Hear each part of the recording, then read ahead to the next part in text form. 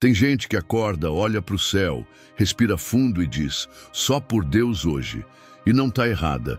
A verdade é que a maioria das pessoas está tentando enfrentar batalhas espirituais com armas humanas, e por isso vivem sobrecarregadas, ansiosas e sem direção.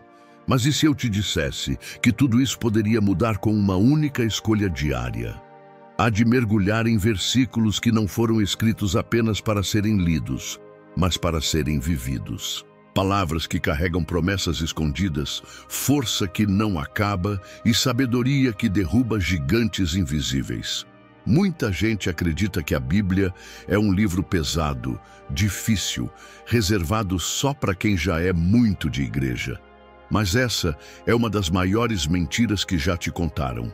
O que poucos sabem é que as Escrituras foram escritas justamente para os cansados, os feridos, os indecisos, os aflitos e os desesperançados. A Bíblia não foi feita para quem tem tudo sob controle. Ela é o mapa dos que estão perdidos, a voz dos que estão em silêncio, o consolo dos que choram no escuro e o mais poderoso. Ela tem versículos específicos para cada tipo de luta que você enfrenta. Há palavras de ânimo para quando o medo paralisa. Há promessas para os que sentem que vão desmoronar. Há direções claras para quem está no meio de decisões difíceis. E se você já tentou de tudo e ainda sente que falta algo, talvez seja porque ainda não encontrou o versículo que vai mudar a sua forma de viver. Mas hoje, você vai encontrar. Então, já aproveita esse momento. Deixa o seu like, se inscreve no canal e ativa o sininho das notificações, porque o que você vai ouvir aqui pode ser exatamente a resposta de Deus para o que você está vivendo agora. E se puder, comenta de onde você está assistindo. Vamos juntos construir uma corrente de fé. A Bíblia como fonte diária de força.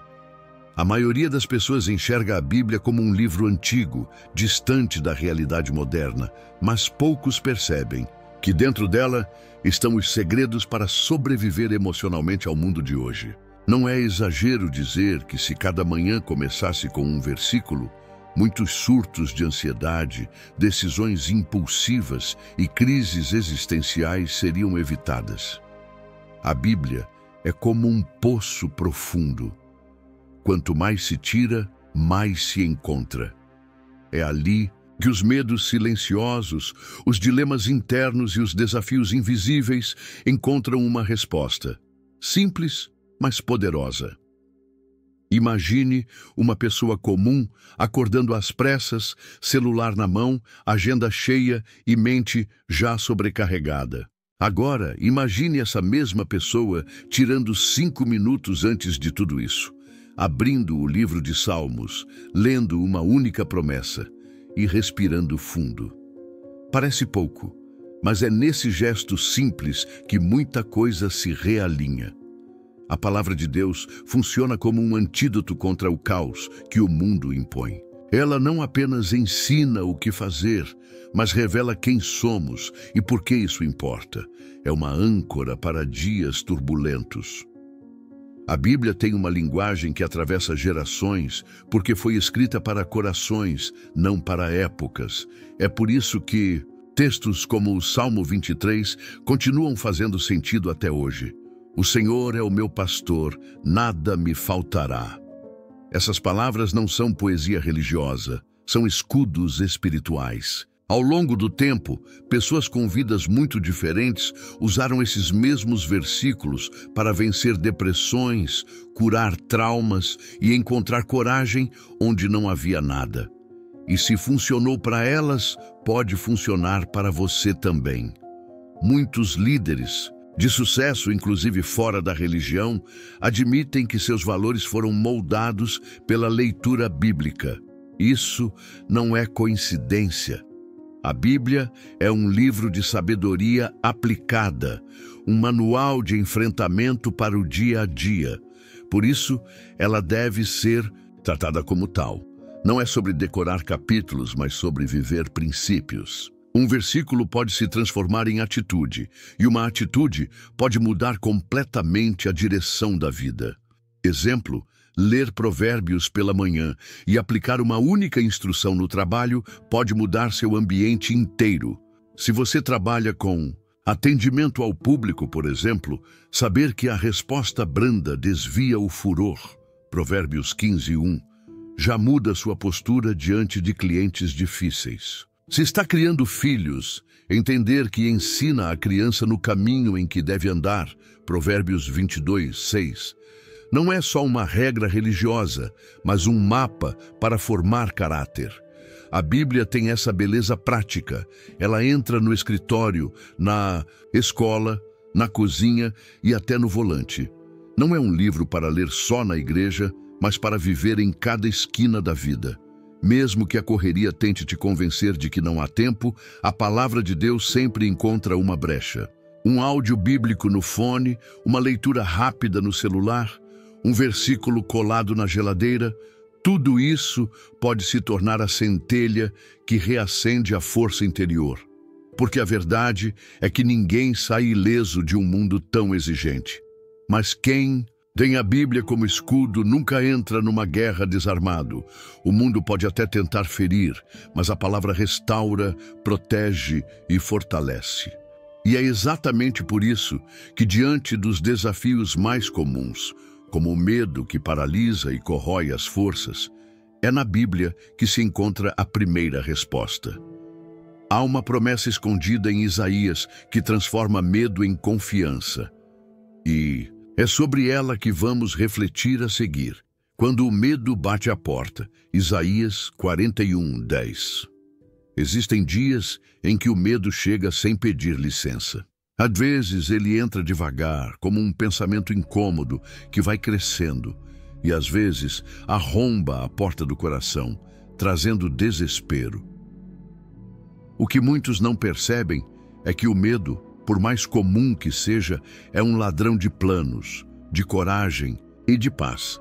E quando ele domina, as decisões se tornam confusas, os relacionamentos sofrem e até a saúde responde. É nesse momento que Isaías 41:10 ressoa como um trovão de esperança. Não temas, porque eu sou contigo. Não te assombres, porque eu sou o teu Deus. Esse versículo não é apenas um consolo emocional. Ele é uma declaração direta, de presença. Deus está dizendo, eu estou aqui. E quando Deus está presente, o medo perde a força. Medo de perder o emprego, medo de ficar sozinho, medo do futuro, medo de não ser suficiente. Todos esses fantasmas se desfazem quando a certeza da companhia divina ocupa o centro do coração. É como uma criança que caminha com o pai segurando sua mão. Ela ainda vê o escuro, mas já não teme atravessar. Há quem pense que a coragem é a ausência de medo, mas na verdade é agir mesmo com medo, sabendo quem vai à frente. Quando Isaías escreveu essas palavras, o povo de Israel enfrentava pressões externas, ameaças e angústias. Deus não prometeu que os problemas sumiriam, mas garantiu sua presença em cada um deles. E essa é a chave. Eu te fortaleço e te ajudo, e te sustento com a destra da minha justiça. Não é sobre ter controle, mas sobre confiar em quem tem. Aplicar essa verdade no dia a dia exige prática. Em vez de alimentar pensamentos de pânico, escolha declarar promessas. Quando a ansiedade aparecer antes de uma reunião importante, pare por 1 minuto e diga em voz baixa, Senhor, Tu estás comigo. Quando o medo vier à noite, transforme o travesseiro em altar e diga, eu entrego minha mente a Ti. Criar o hábito de conversar com Deus nos momentos de medo é mais eficaz que qualquer técnica de respiração ou livro de autoajuda. Um exemplo prático. Uma mãe preocupada com o filho que saiu e não voltou no horário. Em vez de ser dominada pela angústia, ela pode repetir, Deus está com ele e também está comigo. Ou um jovem que vai fazer uma entrevista de emprego, mas sente as pernas tremerem. Ele pode entrar na sala declarando mentalmente, o Senhor me sustenta com sua mão direita. Esses pequenos atos de fé vão fortalecendo a alma e o medo começa a perder o espaço que ocupava. O medo também gosta de se disfarçar de prudência. Não é medo, é precaução, dizem muitos. Mas uma coisa é ser responsável, outra é viver paralisado. Isaías 41:10 convida à ação com fé e não à inércia com justificativas. O medo semeia dúvidas, mas a palavra planta convicção. E é essa convicção que empurra o coração a seguir mesmo quando os pés hesitam. Porque quem confia em Deus pode até tremer por fora, mas permanece firme por dentro. E no fundo, é essa firmeza interna que prepara o terreno para algo surpreendente. Descobrir que mesmo na fraqueza há um lugar onde a força verdadeira se manifesta. É quando nos sentimos frágeis que o poder de Deus começa a agir de maneira ainda mais intensa. Força em meio à fraqueza. 2 Coríntios 12:9. Um mundo que valoriza desempenho, aparência e controle. Admitir fraqueza parece ser um erro, mas Deus, em sua sabedoria, inverte a lógica humana e nos ensina que a verdadeira força não nasce da autossuficiência, mas da dependência. Em 2 Coríntios 12:9, o apóstolo Paulo registra a resposta divina à sua súplica. A minha graça te basta, porque o meu poder se aperfeiçoa na fraqueza. Isso não é um consolo poético, é uma revelação profunda sobre como o poder de Deus se manifesta na vida real. Quantas vezes você já se sentiu esgotado, como se tivesse dado tudo e mesmo assim não fosse suficiente? Seja emocionalmente, fisicamente ou espiritualmente, todos nós passamos por esses momentos em que nos deparamos com nossos próprios limites. E é justamente aí que o céu se inclina. Deus não nos rejeita quando estamos no fundo do poço.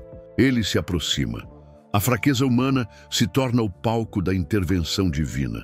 Paulo compreendeu isso ao ponto de dizer que se gloriava nas fraquezas, pois nelas repousava o poder de Cristo.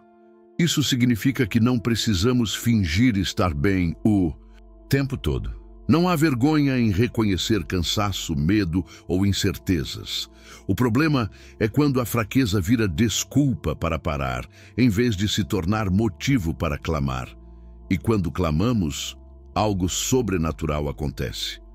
A graça de Deus, que é muito mais que favor imerecido, passa a operar como um combustível que sustenta, renova e fortalece. Um exemplo prático: uma pessoa que cuida de um parente doente, sentindo-se sobrecarregada, mas que mesmo assim ora e encontra forças para mais um dia. Outro exemplo: alguém que lida com uma batalha silenciosa, como a depressão, e mesmo sem ter vontade, abre a Bíblia e lê: O Senhor é a minha força e o meu cântico. Êxodo 15:2. Esse ato simples, feito com sinceridade, ativa um processo espiritual que ninguém vê, mas que muda tudo por dentro. Deus não precisa que estejamos no auge para nos usar. Ele precisa que estejamos disponíveis. E a fraqueza, quando entregue nas mãos certas, se transforma em testemunho vivo. Existe um segredo aqui que poucos descobrem. A graça não é apenas algo que nos salva, é também o que nos sustenta. Ela é como uma ponte firme sobre o abismo da nossa limitação. Quando Paulo ouviu que a graça bastava, ele entendeu que não precisava de mais força humana, mas de mais rendição. E talvez seja esse o passo que muitos estão adiando. Parar de tentar resolver tudo sozinho e começar a confiar de verdade no agir de Deus. É por isso que, em vez de esconder ou se envergonhar da fraqueza, o sábio aprende a apresentá-la diante do Pai. Porque em Deus, fraqueza não é fim, é recomeço. É nessa humildade que o Espírito Santo encontra espaço para operar. E quem experimenta essa força que vem do alto passa a caminhar com uma leveza diferente. Não porque os problemas desapareceram, mas porque agora ele sabe que não está mais lutando sozinho. E nesse caminhar com fé, haverá momentos em que não saber o que fazer se tornará o novo desafio. É nesse cenário que a sabedoria de Provérbios vai nos conduzir a uma direção segura, mesmo quando todas as outras parecerem confusas. Quando falta direção, Provérbios 3, 5, 6, tomar decisões, pode ser uma das tarefas mais angustiantes da vida. Às vezes, é uma escolha simples, aceitar ou não um convite, mudar de área, iniciar ou encerrar um relacionamento. Outras vezes, são decisões que definem destinos, trocar de cidade, abrir mão de um sonho, dizer sim ou não a uma oportunidade que parece boa, mas não traz paz. Nesses momentos, Provérbios 3, 5, 6 soa como um mapa celestial.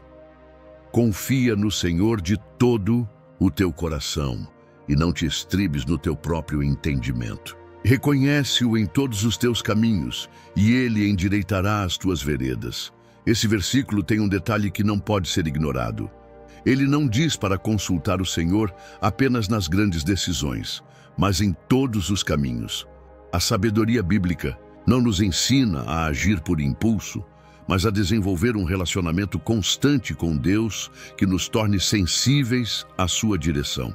Isso só acontece quando deixamos de confiar totalmente no nosso raciocínio, que muitas vezes é limitado pela emoção, pelo medo ou pela pressa. Uma aplicação prática disso é o hábito de orar antes de agir, e não depois do erro. Antes de enviar aquela mensagem difícil, ore.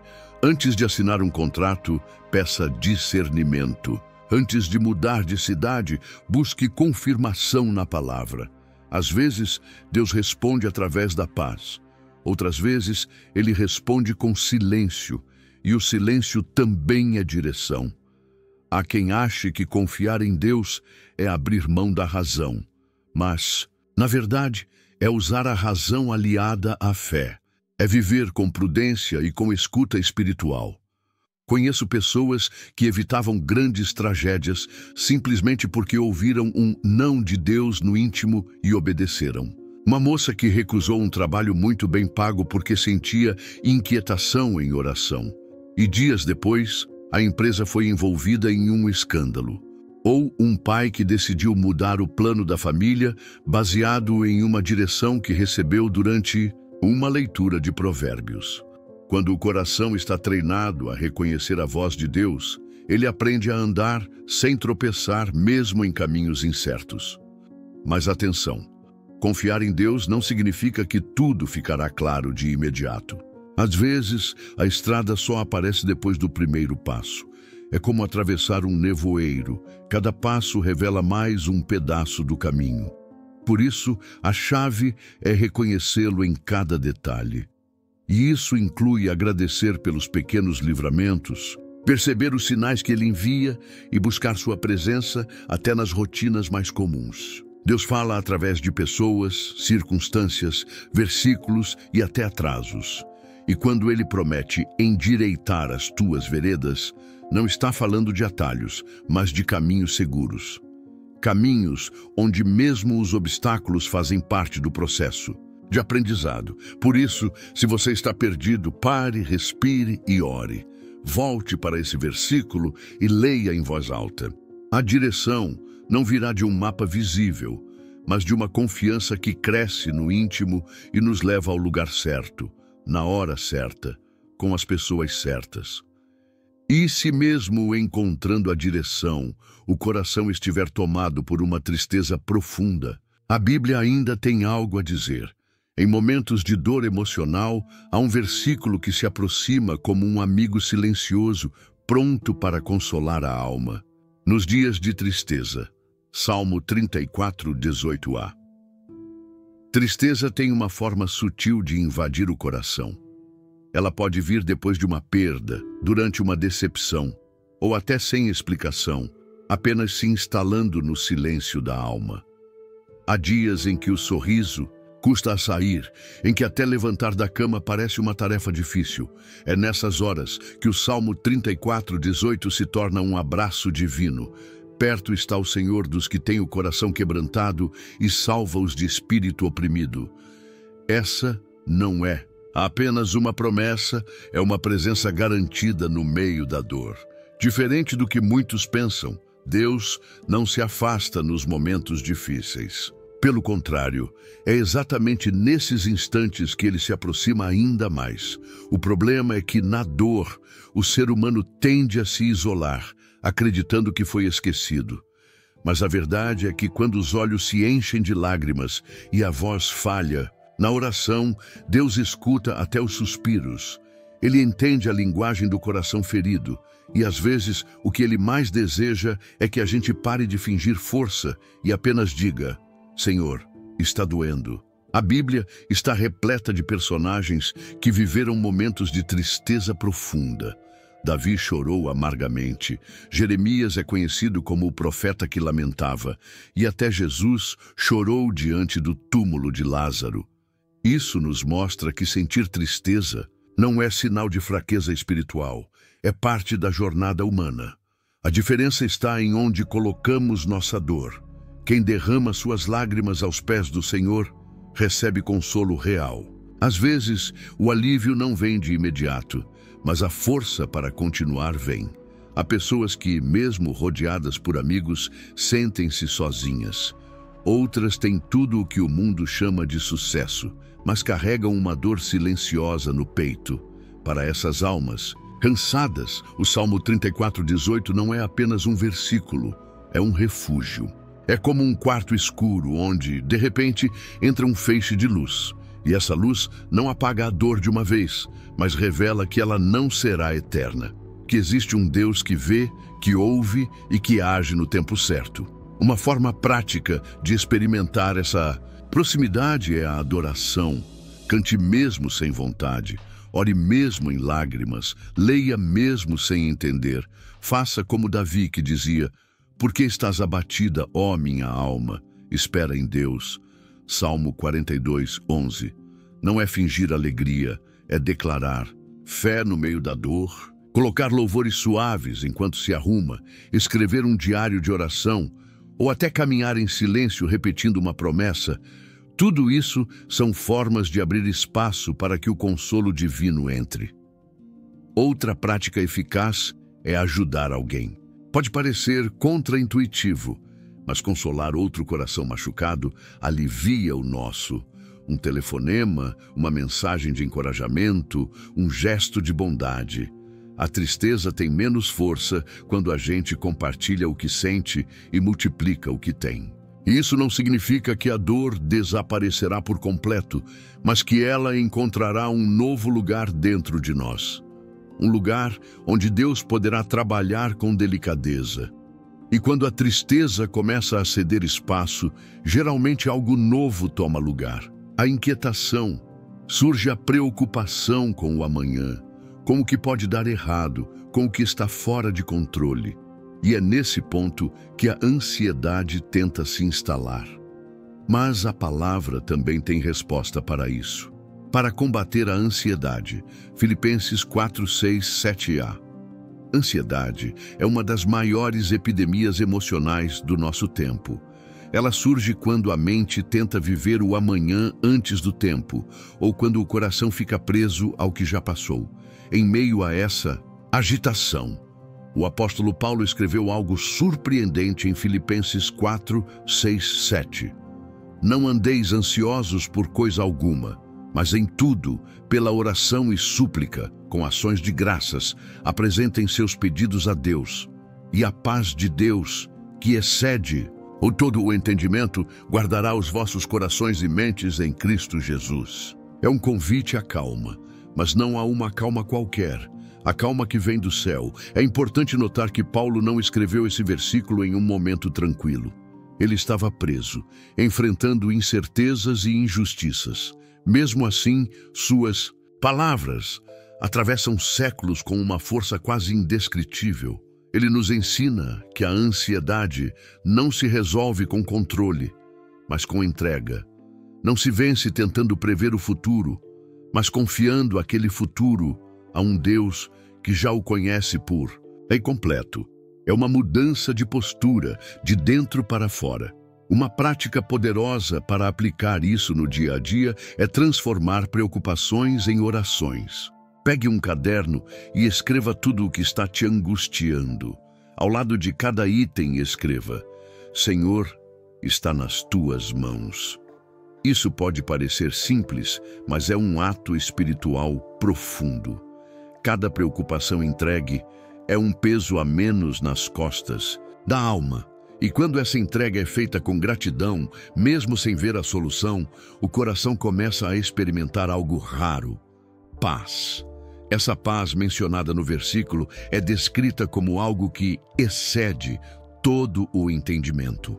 Ou seja, ela não depende das circunstâncias. Você pode estar no meio do caos, mas por dentro estar sereno. Isso não é negação da realidade, é uma realidade mais profunda.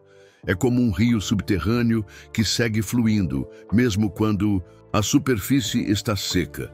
E essa paz tem um propósito: ela guarda a mente e o coração. Protege contra pensamentos destrutivos, contra conclusões precipitadas, contra o desespero.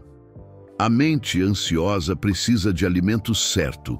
Ao invés de consumir notícias tóxicas, redes sociais que aceleram o tempo e conversas negativas, alimente-se de promessas. Ouça louvores calmos, leia salmos em voz alta, medite em trechos curtos, como lançando sobre ele toda a vossa ansiedade, porque ele tem cuidado de vós. 1 Pedro 5:7.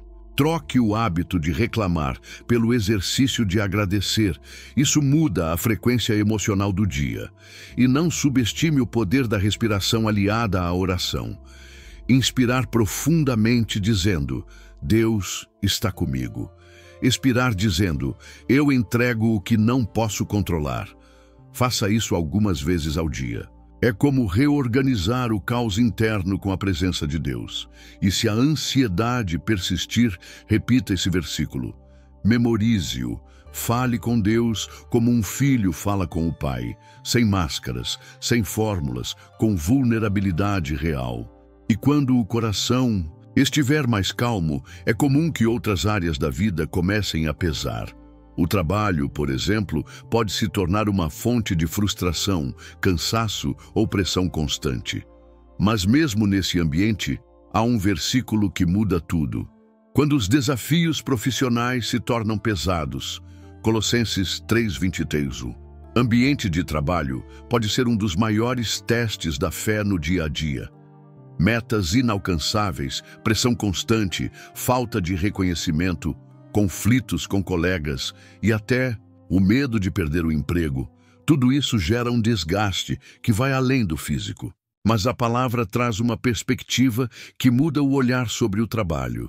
Colossenses 3:23 diz: tudo o que fizerem, façam de todo o coração, como para o Senhor e não para os homens. Essa é uma chave espiritual para transformar a rotina. Profissional em missão sagrada. Quando se trabalha para agradar apenas aos homens, a frustração é certa. Os aplausos nem sempre virão, as promoções podem demorar, e o esforço muitas vezes passa despercebido. Mas quando se entende que o trabalho é feito para Deus, a motivação muda completamente. A excelência deixa de ser uma obrigação e se torna um ato de adoração. Não importa se é um cargo alto ou uma função simples, tudo que é feito com dedicação e propósito se transforma em semente plantada no solo do reino. Um exemplo prático disso é o profissional que, mesmo não sendo valorizado pela empresa, mantém sua ética, cumpre horários, ajuda colegas e trata todos com respeito. Ele entende que está representando valores maiores e isso o fortalece. Já vi pessoas sendo notadas e promovidas anos depois, não por favoritismo, mas porque mantiveram um padrão acima da média mesmo quando ninguém estava olhando. Deus vê o que ninguém vê e recompensa do jeito mais surpreendente. Outro ponto é que trabalhar para o Senhor significa buscar propósito, não apenas salário. Se o seu trabalho atual está te consumindo, pergunte a Deus: qual é o meu papel aqui? Às vezes, A missão é ser luz num ambiente escuro. Outras vezes, é aprender algo que vai te preparar para a próxima etapa. Enquanto isso, cultive atitudes que tragam dignidade ao seu ofício. Organize o que está bagunçado, trate bem quem te trata mal e entregue o melhor mesmo que não recebam com gratidão. Também é importante cuidar do equilíbrio. Deus não nos criou para viver esgotados. Trabalhar com excelência não é o mesmo que viver sobrecarregado. Jesus mesmo disse: "Tomai sobre vós o meu jugo, e encontrareis descanso para as vossas almas." Mateus 11:29. Isso mostra que é possível trabalhar duro sem perder a paz interior. Estabeleça limites, cuide da saúde e tenha momentos de renovação. Isso também faz parte de servir a Deus com sabedoria. E se o trabalho que você tem hoje parece pequeno, lembre-se de Davi, que cuidava das ovelhas sozinho no campo antes de ser ungido rei. O que parecia invisível aos olhos dos homens era exatamente onde Deus estava forjando o caráter de um líder. Por isso, não subestime os bastidores. Faça de cada tarefa um altar de entrega, não para impressionar, mas para honrar. E quando se aprende a trabalhar com essa mentalidade, até os dias difíceis ganham outro sentido. E aí, mesmo diante da incerteza sobre o futuro, nasce uma centelha de esperança. Porque quem sabe que Deus está no comando, sabe também que há planos maiores em construção. Para reforçar a esperança, Jeremias 29:11, existem momentos em que tudo ao redor parece cinza. Os sonhos antigos não fazem mais sentido, as promessas parecem distantes e o coração começa a acreditar que nada de bom virá. É nesse exato cenário que Jeremias 29:11 se torna um farol para a alma. Porque eu bem sei os planos que tenho para vós, diz o Senhor. Planos de paz e não de mal, para vos dar um futuro e uma esperança. Deus está dizendo: você pode não entender agora, mas eu ainda estou escrevendo a sua história. Essa promessa foi feita a um povo exilado, ferido e desiludido. Eles achavam que Deus os havia abandonado. E mesmo assim, o Senhor os surpreende com palavras de futuro. Isso nos mostra que a esperança verdadeira não nasce da ausência de problemas, mas da presença de uma promessa. É possível ter esperança mesmo com contas atrasadas, mesmo após um diagnóstico ruim, mesmo depois de um não que machucou. Porque a esperança bíblica não depende das circunstâncias. Ela se ancora na fidelidade de Deus. Ter esperança, segundo a Bíblia, é crer que o amanhã está nas mãos de alguém que te ama mais do que você se ama. E essa fé muda o jeito de viver o hoje. Em vez de acordar com peso, você acorda com expectativa. Em vez de olhar para os fracassos, você começa a enxergar processos. E quando tudo parece estagnado, você lembra que Deus trabalha em silêncio também. Ele não é refém do tempo, e o que ele prometeu, ele cumpre. Ainda que demore aos olhos humanos. Uma prática eficaz para manter viva essa esperança é registrar os pequenos sinais do cuidado de Deus. Comece um caderno de memórias de milagres. Pode ser uma palavra que te confortou, um livramento inesperado, um gesto de alguém, ou até uma oração atendida anos depois. Ao reler esses registros, sua fé será reabastecida. Lembrar do que Deus já fez é um combustível poderoso para confiar no que Ele ainda fará. Outro hábito transformador é declarar esperança mesmo sem sentir. A boca tem poder de ativar o coração. Diga em voz alta: Deus tem um futuro de paz para mim. Repita até que essa frase desça da mente para o espírito. A Bíblia diz que a fé vem pelo ouvir. Romanos 10:17. Então ouça palavras de esperança. Ouça louvores, pregações, leia os salmos. Crie um ambiente onde a esperança tenha espaço para florescer. Até as plantas precisam de luz, e a alma também. E saiba, esperança não é ilusão. Ilusão é esperar algo que nunca foi prometido. Mas esperança é confiar em alguém que nunca falhou. Jeremias 29:11. Não fala de qualquer plano, mas de planos de paz. Deus não quer te ver perdido, nem sufocado. Ele está te conduzindo, mesmo que hoje tudo pareça sem lógica. O silêncio dele não é ausência, é preparo. E quando essa esperança começa a crescer dentro de nós, algo diferente acontece nos relacionamentos. Porque uma alma que espera no Senhor começa a buscar paz, até mesmo nos ambientes mais difíceis, como os conflitos familiares, afetivos ou sociais. Nos conflitos e relacionamentos difíceis. Romanos 12:18, relacionamentos são como espelhos, mostram tanto o melhor quanto o pior de nós. E quando surgem desentendimentos, mágoas ou convivências tóxicas, o coração se vê dividido entre o desejo de ter razão e o desejo de ter paz. É nesse contexto que Romanos 12:18 surge como um conselho prático e profundo. Se for possível, quanto depender de vós, tende paz com todos os homens. A Bíblia não ignora as dificuldades da convivência, mas nos chama à responsabilidade individual de buscar a paz, mesmo quando ela parece improvável. Perceba que o versículo começa com "se for possível", e isso é libertador. Deus não exige o impossível de nós. Ele sabe que nem todas as relações serão reconciliadas, nem todos os vínculos serão restaurados. Mas Ele também sabe que a nossa parte sempre pode ser feita. Às vezes, a paz não depende do outro. Pedir desculpas, mas de nós decidirmos liberar o perdão. Às vezes, não é o outro que precisa mudar, mas nós que precisamos ajustar as expectativas e o orgulho. Buscar a paz não é se anular. Não é aceitar abuso, desrespeito ou injustiça. É se posicionar com verdade e amor. É entender que mesmo sendo firmes, podemos ser gentis. Que mesmo discordando, podemos respeitar.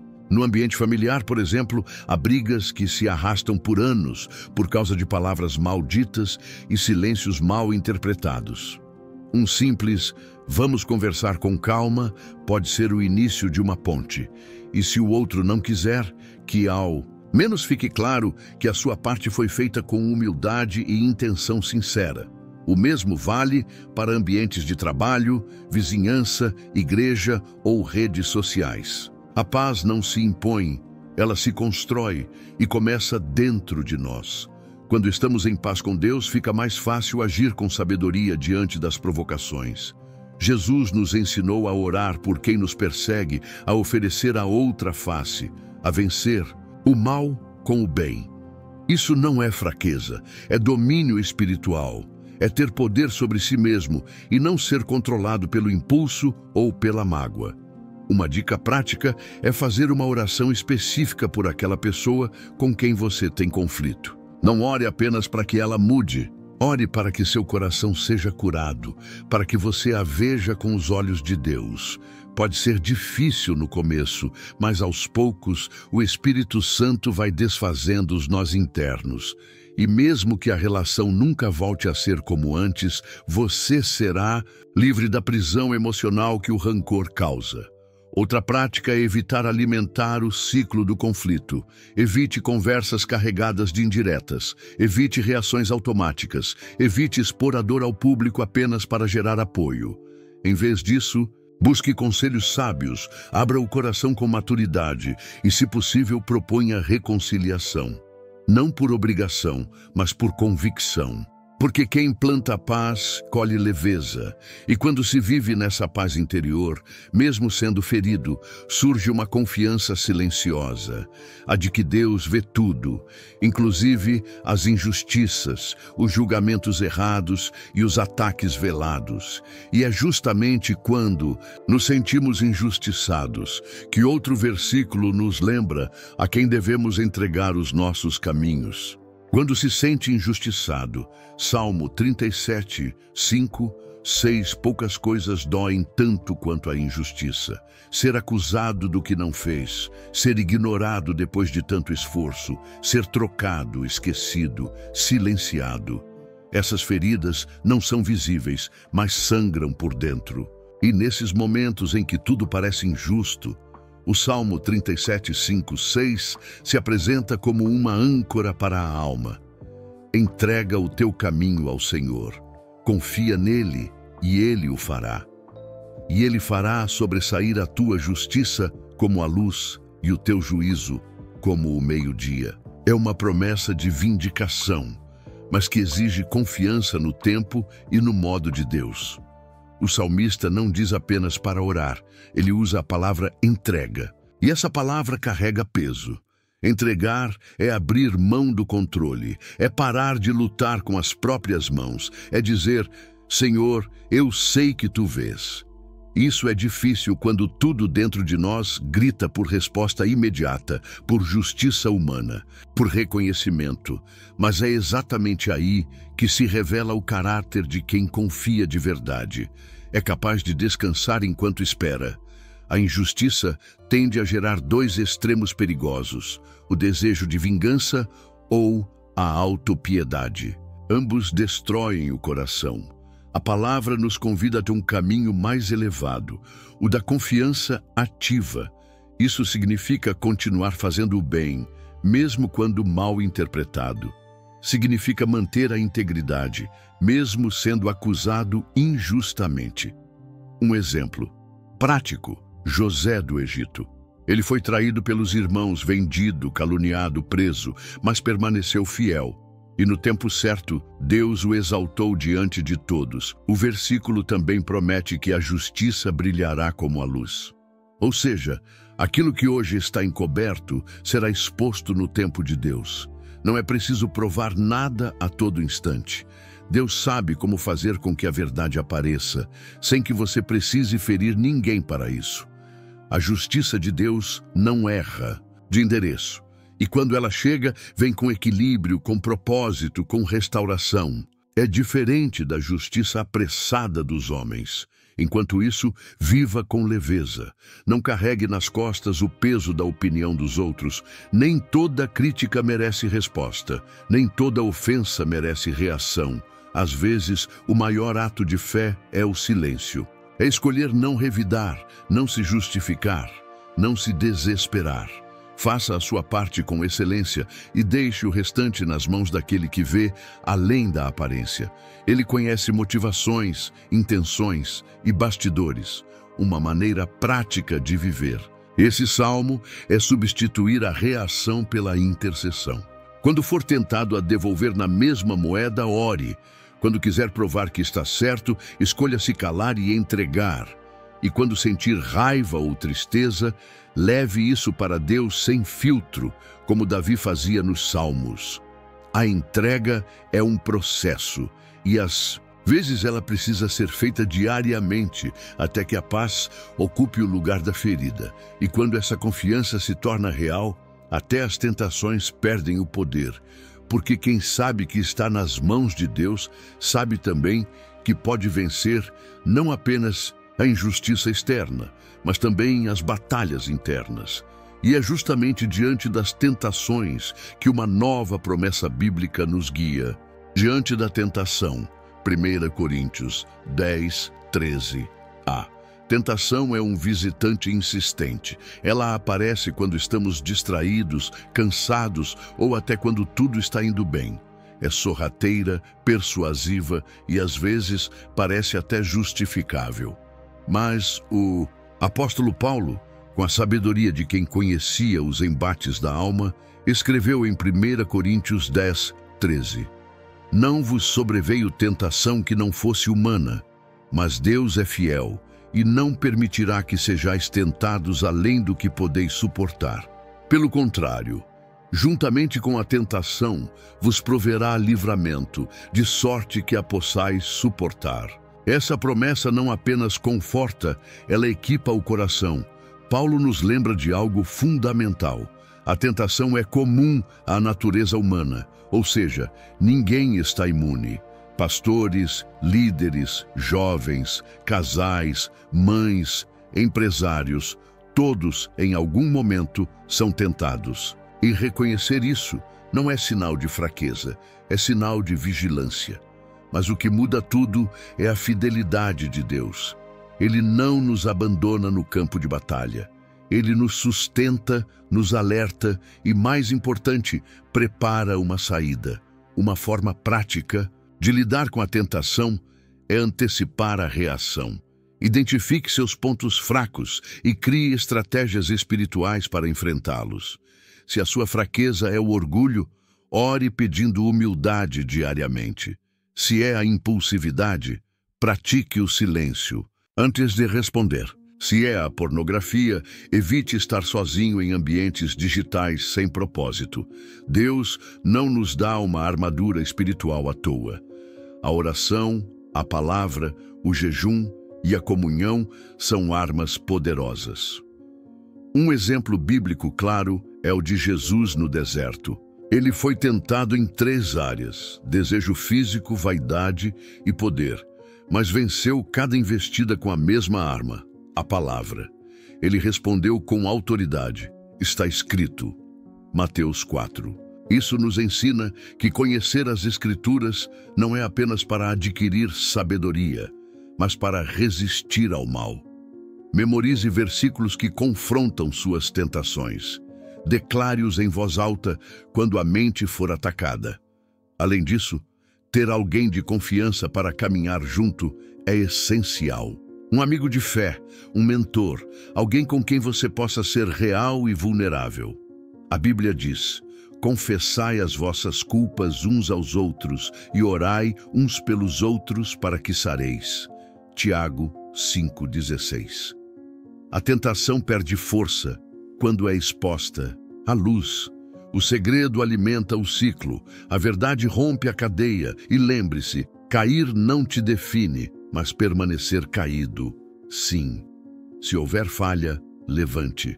Se houver queda, arrependa-se e recomece. O livramento de Deus não é apenas evitar a tentação, mas também restaurar aquele que escolheu voltar. Ele é fiel para nos guardar e também para nos curar. E quanto mais sensível você se torna ao Espírito Santo, mais fácil é reconhecer o caminho de saída. E é quando aprendemos a vencer por dentro que percebemos o quanto as batalhas externas nos desgastaram. O corpo cansa, a mente pesa, a alma clama por descanso. E é nesse ponto que o próprio Cristo nos chama para um tipo de descanso que não é físico, mas espiritual. Nos momentos de cansaço e exaustão, Mateus 11:28, existe um tipo de cansaço que o sono não resolve. Acordar já se sentindo esgotado, sem ânimo, como se a alma estivesse arrastando correntes invisíveis. Esse tipo de exaustão vai além do físico. É um desgaste da esperança, da fé, da alegria. Jesus sabia exatamente como é esse peso. E por isso, em Mateus 11:28, ele faz um convite que atravessa os séculos. Vinde a mim, todos os que estáis cansados e sobrecarregados, e eu vos aliviarei. Esse não é um convite para parar tudo, mas para trocar de fardo. O que Jesus oferece aqui não é ausência de problemas, mas um descanso real em meio a eles. Ele sabe que há pressões que ninguém vê, cobranças internas que ninguém compreende e lágrimas que nunca chegam a cair. O cansaço mais profundo, na verdade, é o de tentar controlar tudo, resolver tudo, sustentar tudo. E Jesus olha com compaixão e diz: vem cá, deixa eu cuidar disso com você. É como se ele estendesse a mão, esperando que a gente finalmente solte o que está nos esmagando. Aplicar isso na prática envolve parar de tentar ser forte o tempo todo. Envolve reconhecer que você precisa de um tempo com Deus mais do que de uma solução imediata. Quando estiver exausto, não corra para distrações, corra para a presença. Coloque um louvor suave, sente-se em silêncio, feche os olhos e apenas respire. Pode parecer simples, mas esse momento de rendição abre espaço para que o Espírito Santo renove forças de dentro para fora. A Bíblia diz: aquietai-vos e sabei que eu sou Deus. Salmo 46, 10. Uma rotina espiritualmente saudável também ajuda nesse processo. Estabeleça pausas intencionais durante o dia. Leia um versículo antes de abrir as redes sociais. Ore 5 minutos antes de entrar em uma reunião difícil. Saia para caminhar e use esse tempo para conversar com Deus. Às vezes, o descanso não está na ausência de atividades, mas na mudança de foco. E quando o foco é Cristo, até a alma encontra repouso. E não negligencie os sinais do corpo. Cuidar da saúde física também é espiritual. Comer bem, dormir com qualidade, fazer exercícios, tudo isso coopera com o descanso da alma. Lembre-se, até Jesus se retirava para orar, se afastava das multidões para recarregar. Se até o Filho de Deus entendeu a importância do descanso, por que você ainda insiste em continuar no limite? O reino de Deus não depende da sua exaustão, mas da sua comunhão. O descanso que Jesus oferece não é apenas alívio temporário, é renovação profunda. Ele troca o fardo pesado da culpa, da ansiedade, da cobrança constante, por um jugo leve e um peso suave. E essa troca muda tudo. Muda o jeito de falar, de respirar, de enxergar o futuro. Porque quando o coração descansa, ele se abre novamente para fazer o bem, não por obrigação, mas por propósito. E é justamente quando a alma encontra repouso que ela consegue resistir ao desânimo. Porque mesmo sem ver os frutos imediatamente, aquele que planta com fé precisa continuar sem desistir. Quando o desânimo quer dominar, Gálatas 6:9, desânimo não avisa quando vai chegar. Ele simplesmente se instala. Pode vir após uma grande decepção ou depois de tentar e não ver resultados. Às vezes, o desânimo aparece justamente quando você está fazendo tudo certo, mas as coisas continuam dando errado.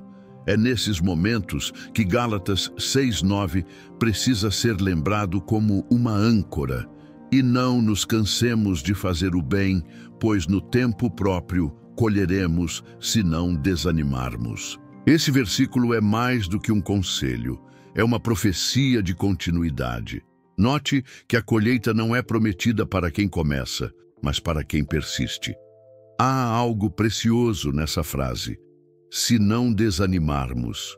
Isso significa que o que está te esperando no futuro pode ser abortado se você desistir hoje. E o inimigo sabe disso, por isso ele ataca com desânimo. Não é sempre com pecado visível, com tentações escandalosas. Muitas vezes é com o simples sussurro: não adianta mais. Mas Deus, com sua voz firme e amorosa, diz: continue.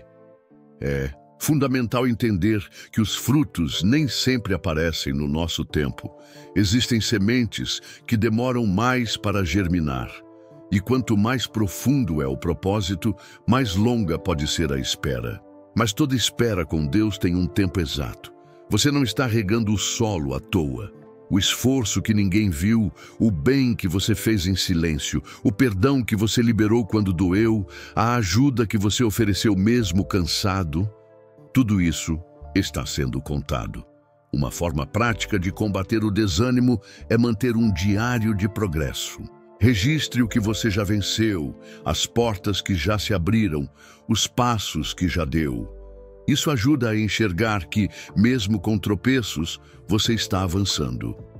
Outra prática poderosa é servir, mesmo quando está fraco. Às vezes, abençoar alguém, em meio ao próprio cansaço, traz um tipo de alegria que revitaliza a alma. É o princípio espiritual da semeadura. Quem planta amor, colhe ânimo, e não se compare. Comparar-se é uma armadilha que alimenta o desânimo. Cada um tem sua estrada, seu tempo e seu chamado. Olhar para o jardim do outro não faz o seu florescer mais rápido.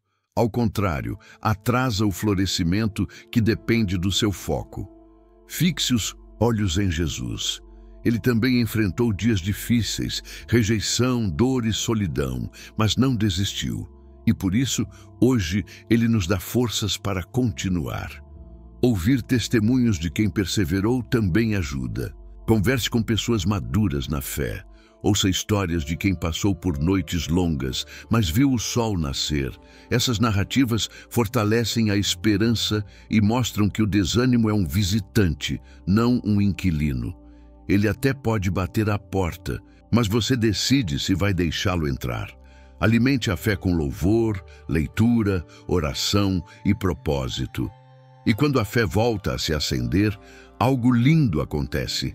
Mesmo sem ver tudo resolvido, você volta a crer. E é essa fé, firme e invisível, que prepara o coração para o próximo passo. Porque a fé verdadeira não precisa de provas para existir. Ela é a base de tudo. Para reforçar a fé, Hebreus 11:1a. Fé é uma força invisível, mas poderosa. Ela não depende do que os olhos veem, nem do que os ouvidos escutam. Em Hebreus 11:1 está uma das definições mais profundas. Ora, a fé é o firme fundamento das coisas que se esperam e a prova das coisas que se não veem.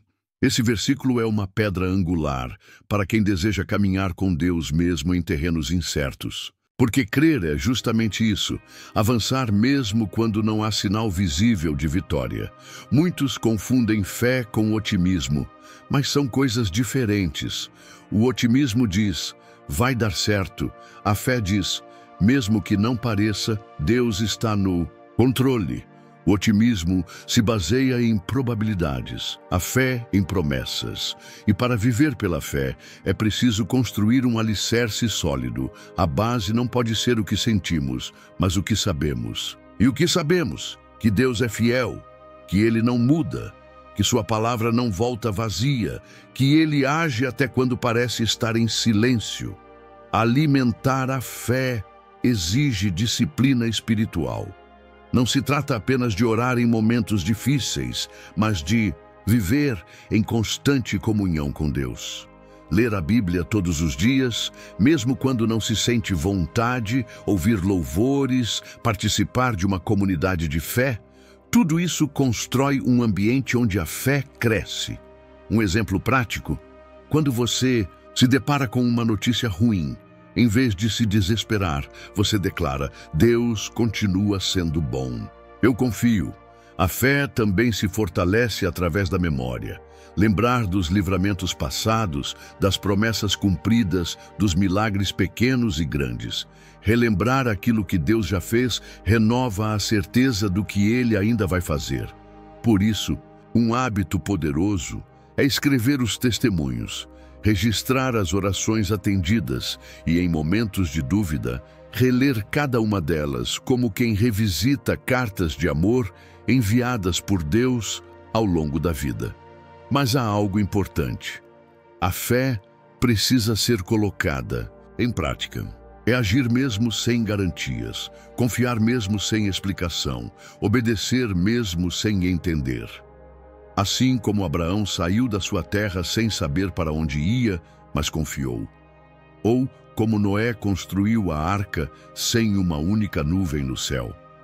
Esses heróis da fé não foram perfeitos, mas foram fiéis. Eles creram quando tudo dizia que era loucura e por isso foram recompensados. Se a sua fé está fraca, saiba que até isso Deus entende. Ele não exige perfeição. Ele deseja sinceridade. Diga, Senhor, aumenta a minha fé. Essa simples frase dita de coração move os céus. E quanto mais você confia, mais você descansa. Porque quem crê de verdade não precisa de explicações para seguir, apenas da certeza de que está nas mãos certas.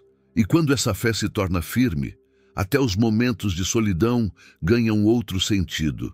Porque mesmo quando ninguém mais parece presente, a palavra nos lembra que há alguém que nunca nos deixa.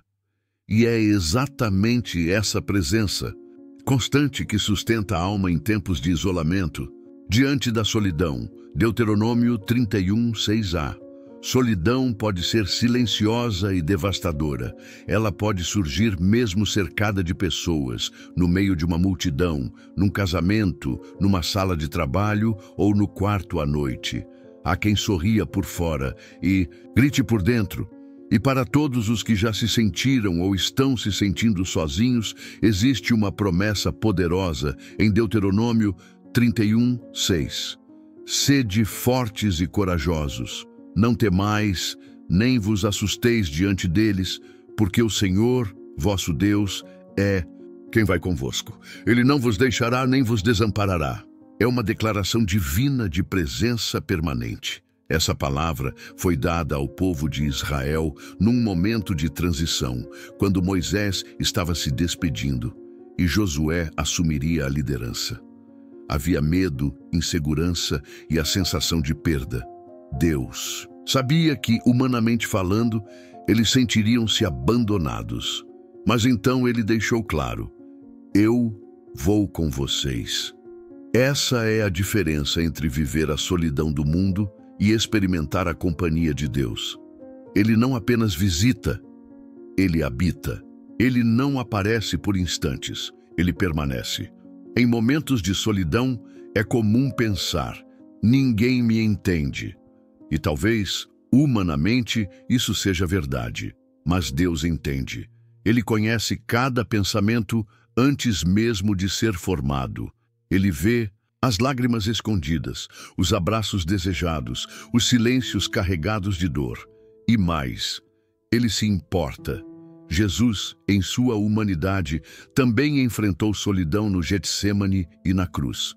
Por isso, quando você diz, estou só, ele responde, eu sei como é, e estou aqui. Uma maneira prática de lidar com a solidão é transformar esse tempo em comunhão. Parece contraditório, mas estar só pode ser o momento mais íntimo com Deus. Desligue o ruído do mundo. Fale com Ele em voz alta, como quem conversa com um pai ou amigo. Escreva cartas a Deus. Leia os salmos em voz alta. Ouça louvores que toquem o coração. Isso não substitui relacionamentos humanos, mas fortalece o mais importante de todos, o relacionamento com o Criador. Também é importante buscar conexões saudáveis. Deus nos criou para viver em comunidade. Às vezes, a cura para a solidão começa com uma atitude simples. Enviar uma mensagem, ligar para alguém, se envolver com pessoas que compartilham da mesma fé.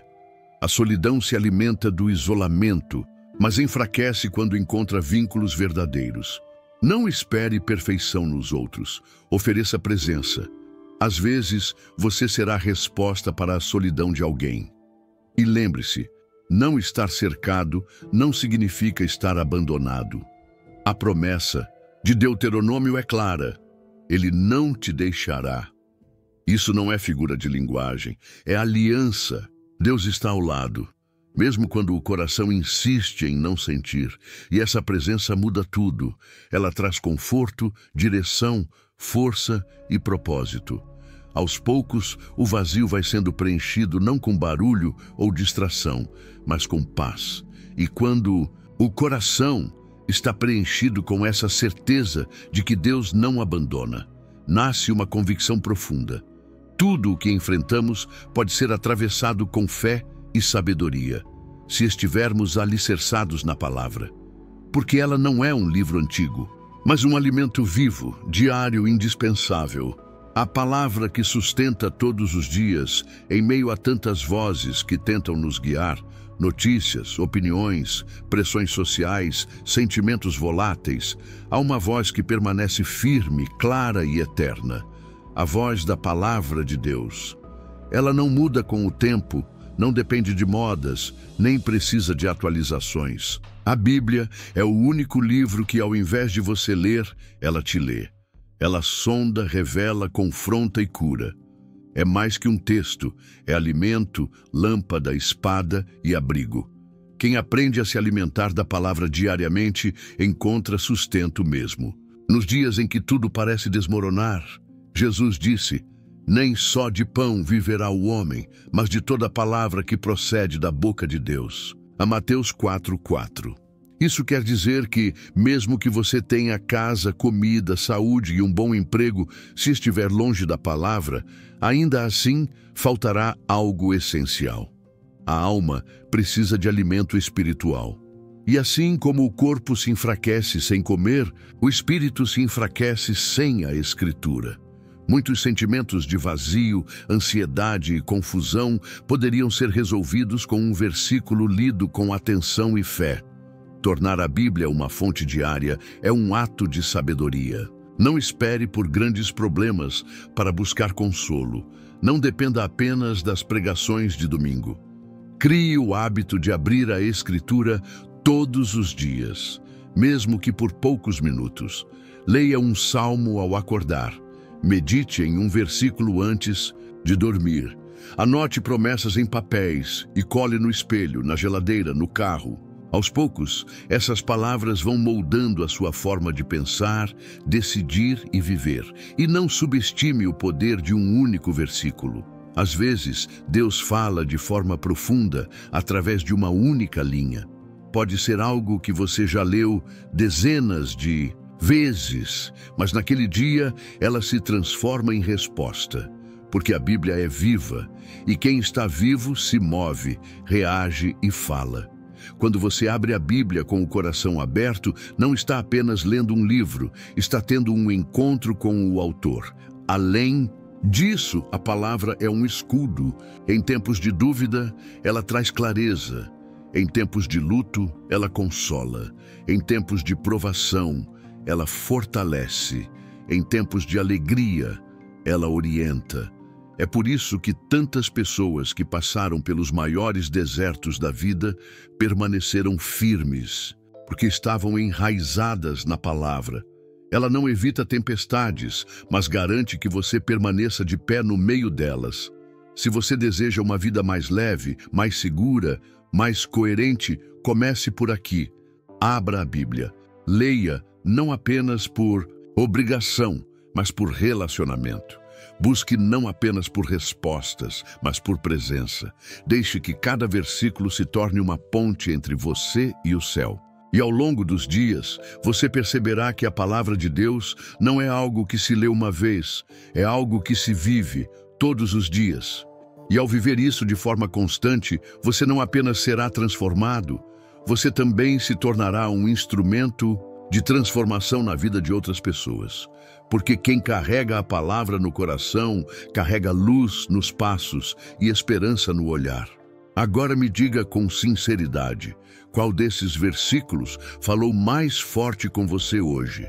Qual deles parecia ter sido escrito exatamente para a sua situação?